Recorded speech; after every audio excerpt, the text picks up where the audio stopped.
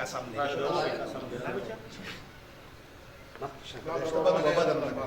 دا قرآن مجید زمونږ دپاره ګواه دی الله په ذات باندې زمونږ قسم دی والله بالله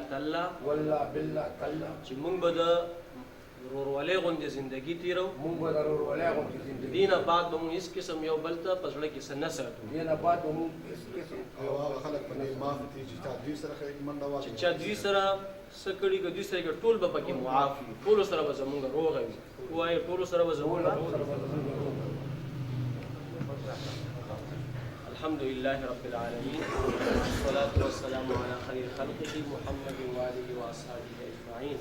اللهم ربنا تقبل منا إنك أنت السميع العليم وتب علينا يا مولانا إنك أنت التواب الرحيم الله كريم جل شأنه دي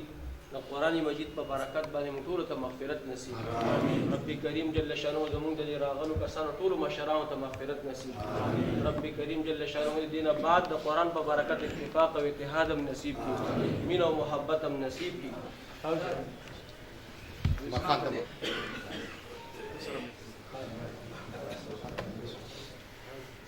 د دې نه غټه یو خبره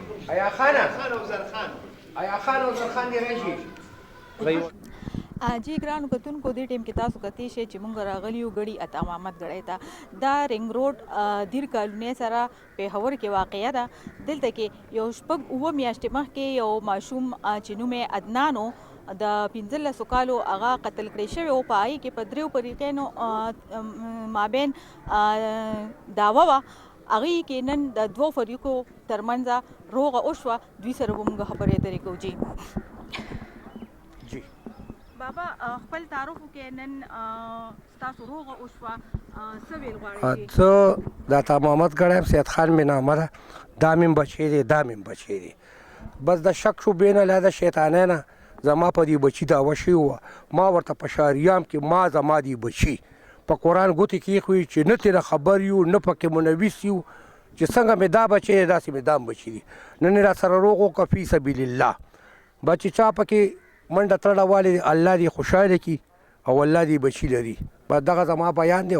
دا مې بچي دي دا مې بچی دی هېڅ خبره نوره نشته السلام علیکم بس دا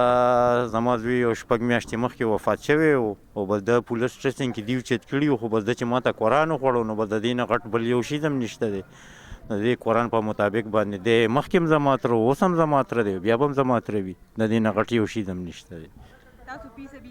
مونږ فی سبیل الله معاف کړی د عمر دی بھیجان دا کومه حادثه چې شوې وه لږ د هغې باره کې تفصیل ووایئ بس مونږ باندې قسم قرآن حق و پوه شي او مونږ ورته قسم قرآن وکړو زمونږ نه ټریس کې نمبر و نه سی ډي آر کې نمبر و او نه مونږ هلته تلي اوس هم ورته قرآن وکړو که په دغه قرآن یقین نه کړي کعبې مدینې ته هم بوځو دغه تسلیم ورته مونږ کوو جی کتونکو تاسو وکتل چې د دواړو ډېر ښکلې طریقې سره روغه وشوه چې چا په دې کې منډه تړه کړې ده دوی د هغوی شکریه هم ادا کړه